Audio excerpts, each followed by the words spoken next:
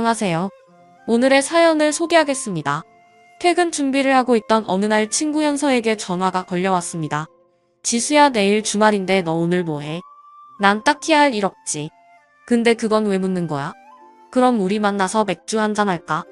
맥주? 너 출근 전날은 힘들다고 술 안 마시잖아. 토요일날 근무 아니야? 매니저님이 이번 주 토요일날은 쉬라고 하더라고. 이런 황금 같은 기회가 어디 있겠냐? 그래서 오랜만에 너랑 맥주 한잔 하려고 했지. 너 시간 괜찮아? 난 괜찮아. 그럼 우리 어디서 만날까? 라며 약속 장소를 정한 뒤 그곳으로 곧장 향했는데요. 현서가 이미 자리하고 있었습니다. 일찍 왔네? 근데 네가 웬일로 주말에 다 쉬는 거야? 너 신입이라 주말에 쉬기 힘들다며? 백화점이 군대도 아니고 무슨 군기가 그렇게 심한 거냐? 군기가 심하다고 하기보다는 아무래도 주부들이 많다 보니까 주말에 이런저런 집안일도 많고 그런 모양이더라고. 일이 있다고 하는데 젊은 내가 양보해야지. 하긴 뭐 넌 솔로에다가 완전 한가하니까. 제가 현서를 놀리고 있었어요. 현서는 고등학교 절친으로 학교를 졸업하고도 여전히 친하게 지내고 있었습니다. 현서는 전문대를 졸업하고 지인 소개로 백화점에서 판매사원으로 일을 하고 있었는데요.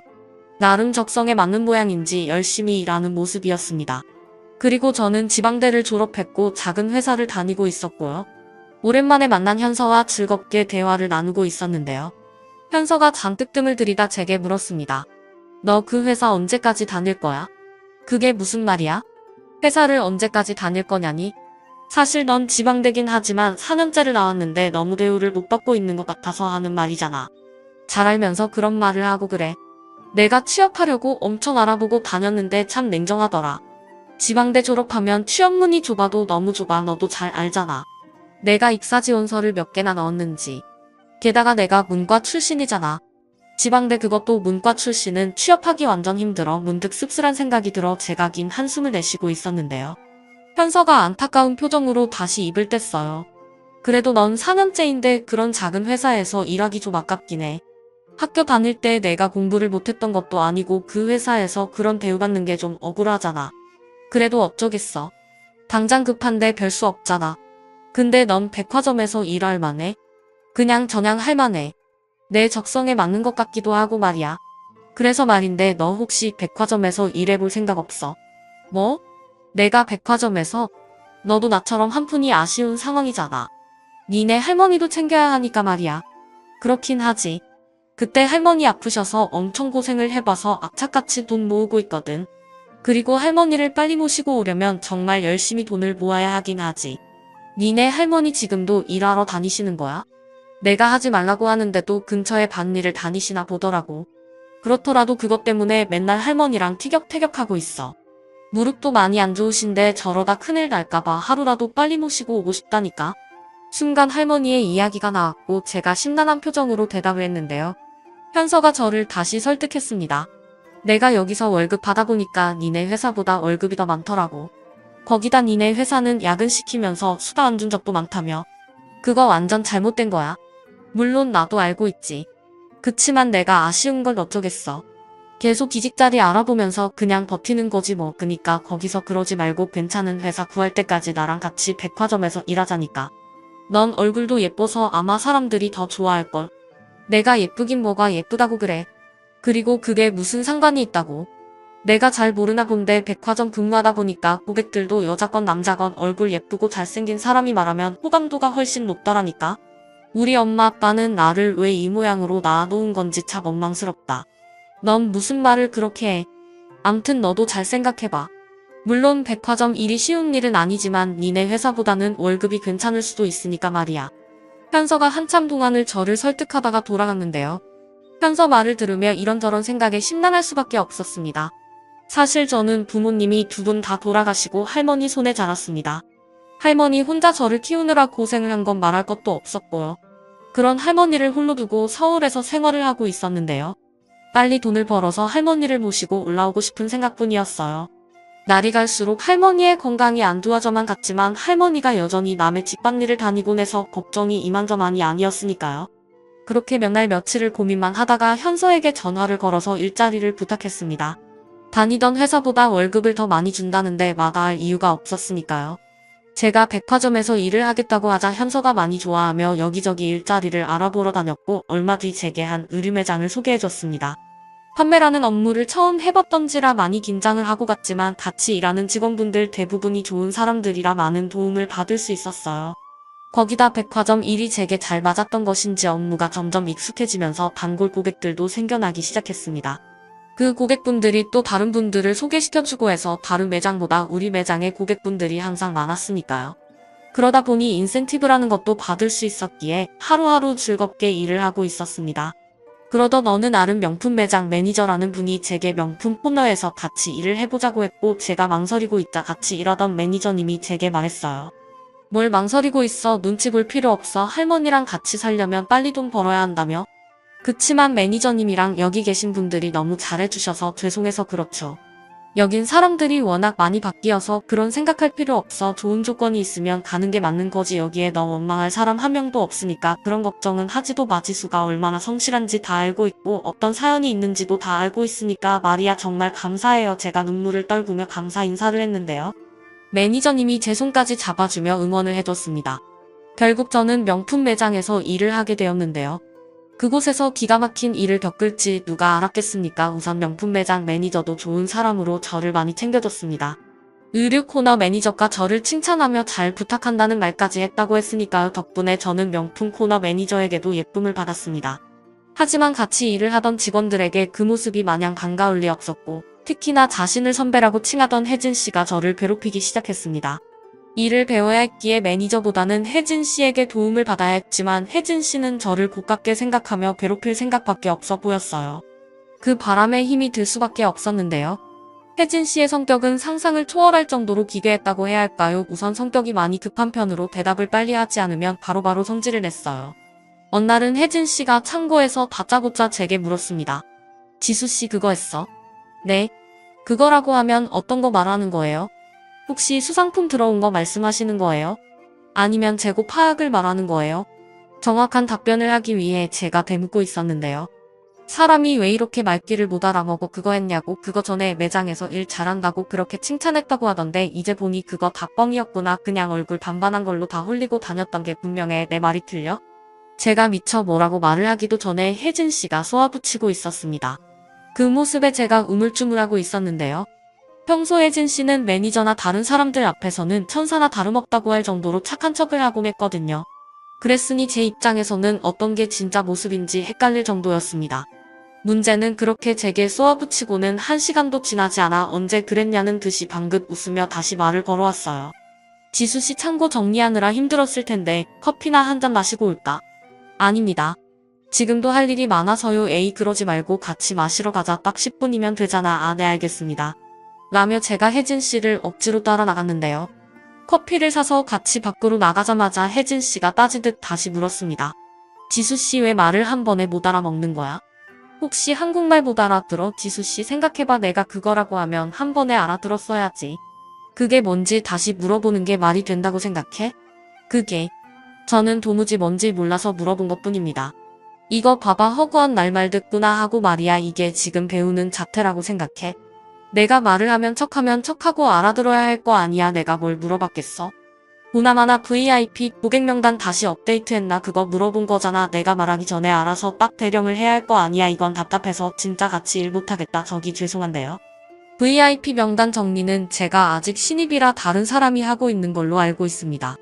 지금 그게 중요해?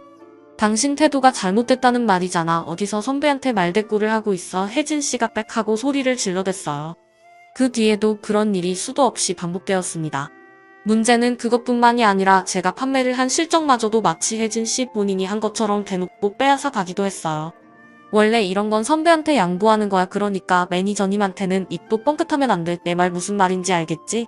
이런 건 그냥 알아들어야 하는 건데 이렇게 일일이 설명해주는 선배 흔치 않다. 그러니까 나한테 잘해. 라는 말도 안 되는 소리까지 대놓고 했습니다. 매니저님을 제외하고 혜진 씨가 제일 선배였기에 다른 직원들도 침묵을 지킨 채 혜진 씨 눈치를 보기 바빴는데요. 혜진 씨가 상사들에게는 워낙 잘했기에 다들 혜진 씨를 철석같이 믿는 분위기였거든요. 결국 저는 더 이상 견디지 못한 채 퇴사를 결심했습니다. 혜진 씨의 말도 안 되는 억지를 더 이상 받아줄 수가 없었으니까요. 하지만 혜진 씨는 끝까지 저를 기만하기도 했습니다. 마지막까지 유종의 미를 거둬야 한다는 생각에 해야 할 일을 다 마무리하고 있던 제게 혜진 씨가 비웃듯 한마디를 했거든요. 사람이 얼마나 무능하면 마지막 날까지 일에 치여 사는구만. 지수씨, 내가 한마디만 하자면 원래 사는 게 다 이런 거야. 한마디로 세상을 너무 만만하게 생각하지 말라. 그 말이야. 그 얼굴만 믿고 까불다가 완전 큰 꼬다친다. 그러니까 내 말 명심해. 그리고 어디 가서 나에 대해 쓸데없는 소리하고 다니면 지수씨 친구 현사씨도 앞으로 여기서 일하기 힘들어질 거야. 내가 맘만 먹으면 현사씨 정도 병아리는 이러한 저런 소문내서 내쫓을 수도 있거든. 나 여기 백화점 관리자들 다 잘 알고 지내거든. 이라는 말도 잊지 않았습니다. 한마디로 악마 중에 악마였다고 해야 할까요? 그런 와중에 저는 혹시나 현사에게 피해가 가지 않을까 싶어 아무런 말도 꺼내지 못한 채 도망치듯 그곳을 나와야만 했습니다. 제게 한 걸로 봐서는 충분히 그러고도 남아 보였으니까요. 퇴사하는 저를 보며 같이 일하던 명품관 직원 한 사람이 조용히 속삭이기도 했거든요.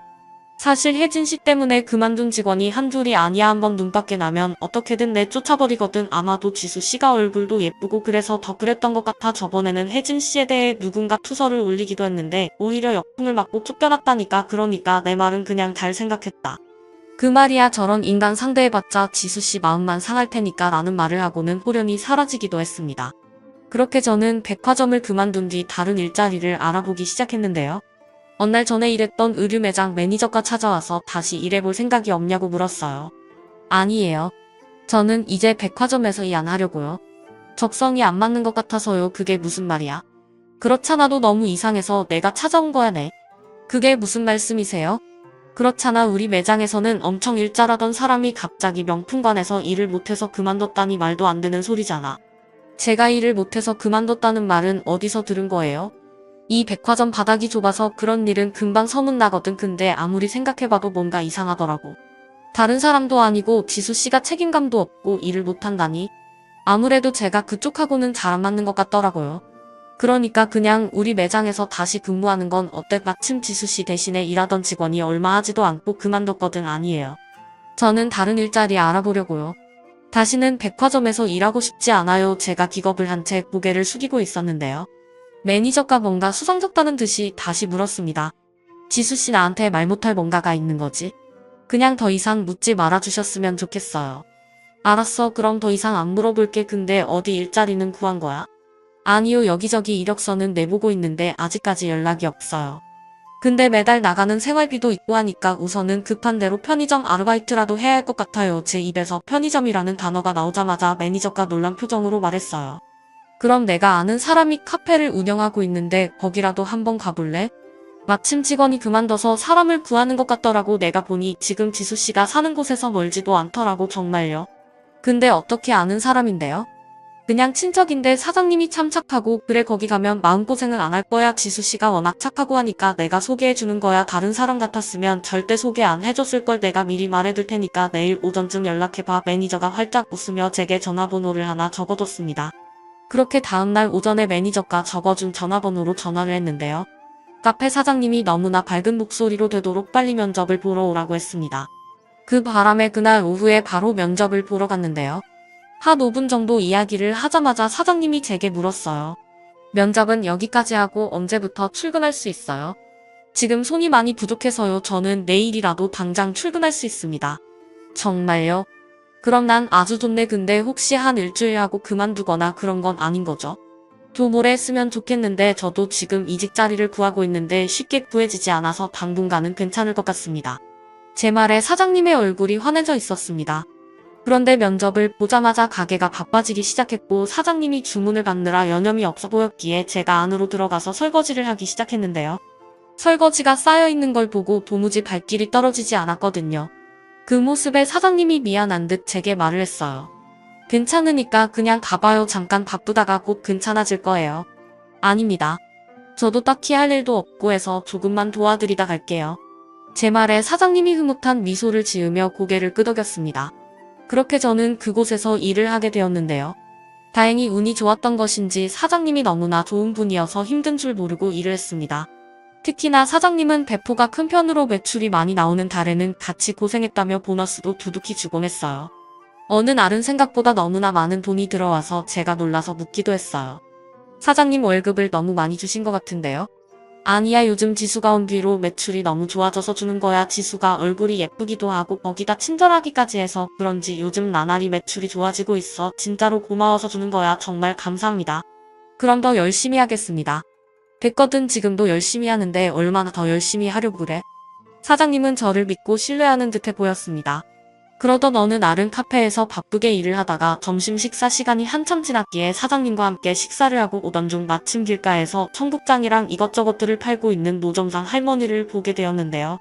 그 할머니도 점심 식사가 늦었던 모양으로 쭈그리고 앉아서 급히 빵을 먹고 있었습니다.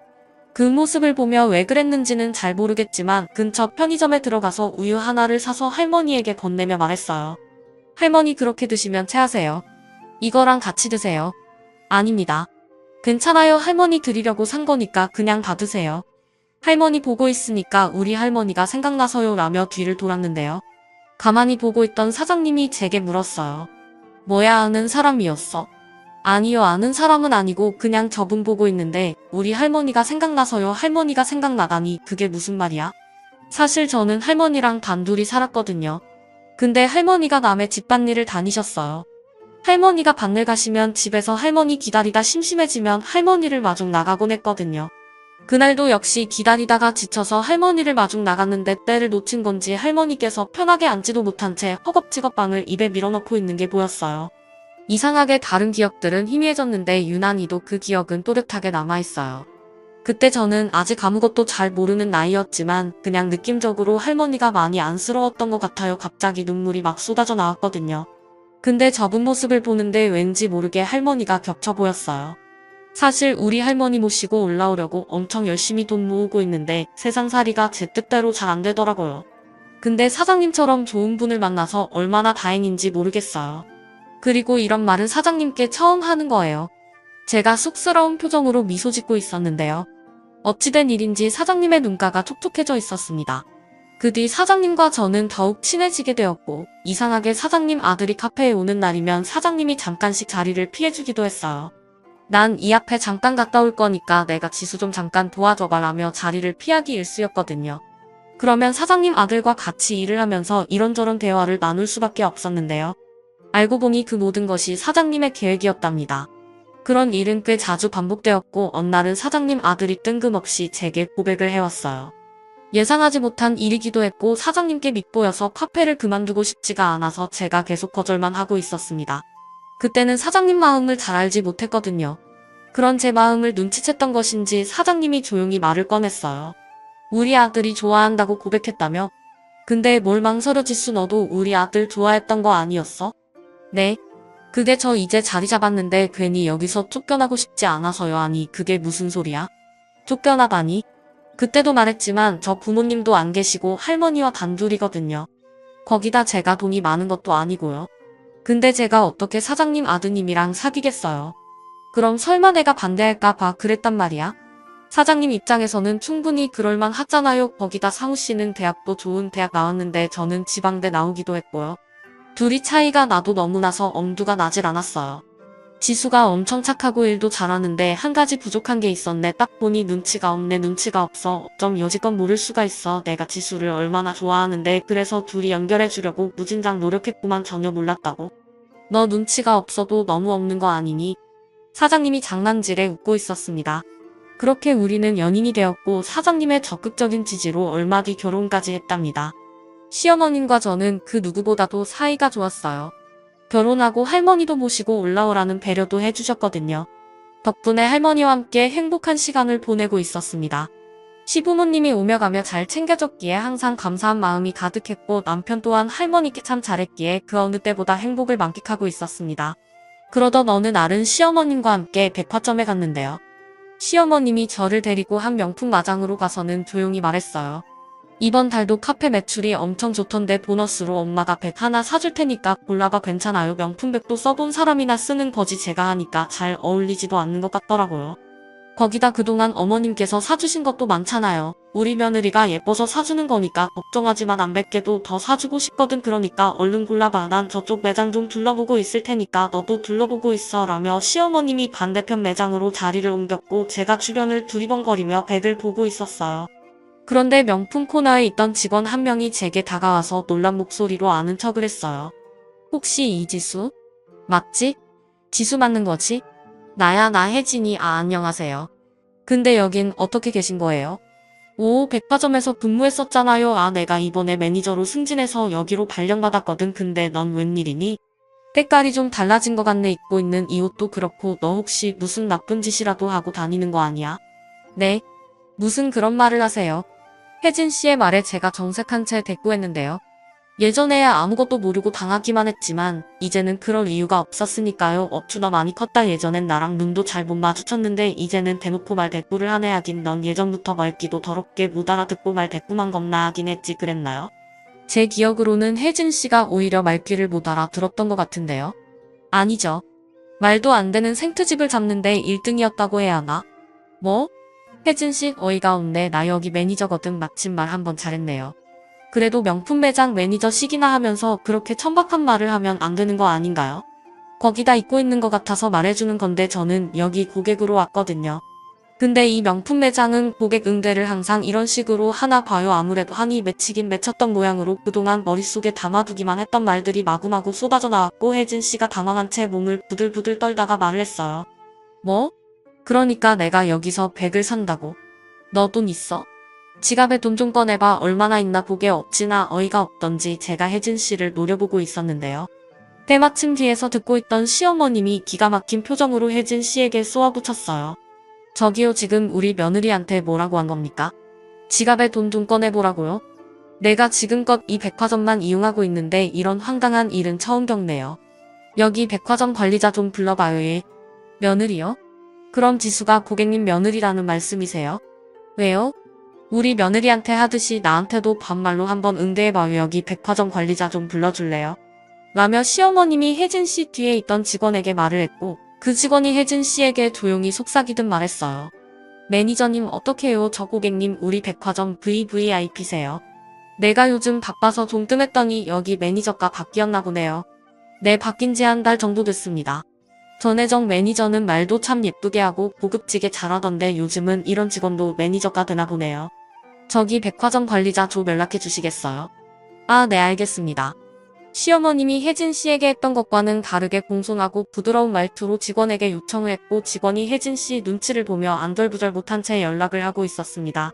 곧 백화점 관리자가 뛰어왔고 시어머님이 관리자에게 조용히 물었어요.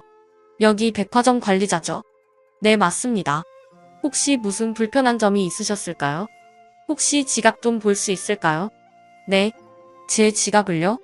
이 매장 매니저라는 사람이 우리 며느리한테 명품백 살 돈이 있냐면서 잔뜩 인상을 쓰더니 지갑에 돈 좀 보여달라고 하더라고요. 그래서 관리자분은 지갑에 돈을 얼마나 가지고 다니는지 확인 좀 해볼까 해서요. 근데 요즘 현금을 지갑에 넣고 다니는 사람이 몇이나 되는지 모르겠네요. 시어머님의 말에 백화점 관리자의 얼굴이 사색이 된 채 우리에게 몇 번이나 허리 숙여 사과를 했는데요. 시어머님이 그런 관리자를 말린 채 다시 말했어요. 잘못은 저기 매니저가 있는데 관리자분이 그러실 필요까지 없을 것 같습니다. 시어머님의 말에 혜진 씨가 허리가 땅에 닿을 정도로 빌고 또 빌었습니다. 그 뒤 시어머님은 보란듯이 그 명품 매장에서 백을 몇 개씩이나 샀는데요. 다른 직원들과는 이미 알던 사이인 것처럼 다정한 모습이었어요. 다른 직원들에게 소란 피워서 미안하다고 하면서 커피까지 사주고 돌아오는 모습이었으니까요. 그날 혜진 씨의 얼굴은 뭐라 표현할 수 없을 정도로 겁에 질려 있었는데요. 그 잠깐 사이 뭐에 홀린 건 마냥 멍해 보이는 그런 모습이었거든요. 그렇게 며칠이나 지났을까요? 오랜만에 친구 현서를 만나서 이런저런 이야기를 하다가 현서가 혜진 씨 이야기를 꺼냈습니다. 지수야, 너 전에 명품 매장 근무할 때 혜진 씨라고 기억나지? 당연히 기억나지. 내가 그 사람 때문에 그만뒀는데 뭐 그게 정말이야? 근데 그런 일 있었는데 왜 나한텐 한마디도 안 한 거야? 그 사람이 소문내고 다니면 너도 백화점에 발 못 붙이게 하겠다고 했거든. 완전 미친 인간이네. 그렇잖아도 그 인간 백화점 일 그만뒀다고 하더라고. 근데 들어보니까 그자가 다른 백화점 명품관 매니저로 발령 나서 갔는데 VVIP 고객한테 지갑에 돈 좀 가지고 다니냐고 막 그러면서 귀한 양을 댔다나 뭐래나 그런 소문이 파다하게 났어. 그 바람에 그날 그 백화점 완전 뒤집어졌대. 어떤 미친 인간이 명품 백 사러 온 VVIP 고객한테 지갑에 현금이 있는지 물어볼 생각을 하겠어. 처음에는 믿어지지가 않더라니까. 근데 그 인간이 윗사람들한테만 잘하고 밑에 직원들한텐 함부로 해서 받을 곳이라고 난리도 아니야. 거기다 소문이 파다하게 나서 앞으로 백화점에서 근무도 못할 것 같다고 하더라고. 현서가 어이없다는 듯이 열변을 토해내고 있었는데요. 제가 현서에게 그날 있었던 일에 대해 빠짐없이 말을 해줬고 현서가 놀란 채 입을 다물지 못하는 모습이었습니다. 그럼 니네 시어머니가 그 백화점 VVIP라는 거야? 나도 잘 몰랐는데 그렇다고 하더라고. 니네 시어머니 카페 운영하신다며. 근데 그렇게 돈이 많아? 현서가 여전히 놀란 채 제게 묻고 있었어요. 그게 나도 잘 몰랐는데 알고 보니 예전부터 카페 사업을 하셨대. 처음에는 작은 점프 하나로 시작해서 지금은 프랜차이저 카페를 50개 정도 가지고 있고 말이야. 그리고 어머님은 직영점으로 1호점을 운영하고 계신 거였더라고. 한 달 매출만 해도 어마어마하다나 봐. 진짜 대박이다. 너 완전 대박난 거네. 난 그냥 내가 시집 잘 갔다고만 생각하고 있었는데. 고마워. 이게 다 내 덕분이야. 내 덕분에 백화점에서 좋은 분들 만나서 시댁 가족들 만난 거잖아. 이건 내가 너한테 주는 선물이야. 뭐 이 명품백을 나한테 준다고? 내가 중매 산 거나 마찬가지잖아. 나한테 잘해주셨던 그 매니저님한테도 선물 하나 했거든. 내가 오히려 고마운데 이런 걸 뭐 알아줘. 혜진이 그 여자가 너 힘들게 했는데 나 때문에 입도 뻥끗 안 했다며. 암튼 의리 하나는 알아줘야 한다니까. 아니야. 그동안 내가 명절에 고향 내려갈 때마다 내가 우리 할머니 선물도 꼬박꼬박 챙겨줘서 정말 많이 고마웠어. 다른 친구들은 할머니랑만 산다고 나 피할 때도 넌 항상 잘 챙겨줬잖아 라며 제가 현서에게 선물을 내밀었습니다. 그날 현서가 눈물까지 글썽이며 고마워했는데요. 비록 그동안 힘든 삶을 살긴 했지만 주변에 좋은 분들이 많아서 잘 된 게 아닌가 싶었습니다. 그동안 많은 사람들에게 받은 은혜 잊지 않고 항상 베풀며 살아갈 생각입니다. 오늘의 사연은 여기까지였습니다. 즐겁게 보셨다면 구독, 좋아요 부탁드립니다. 고맙습니다.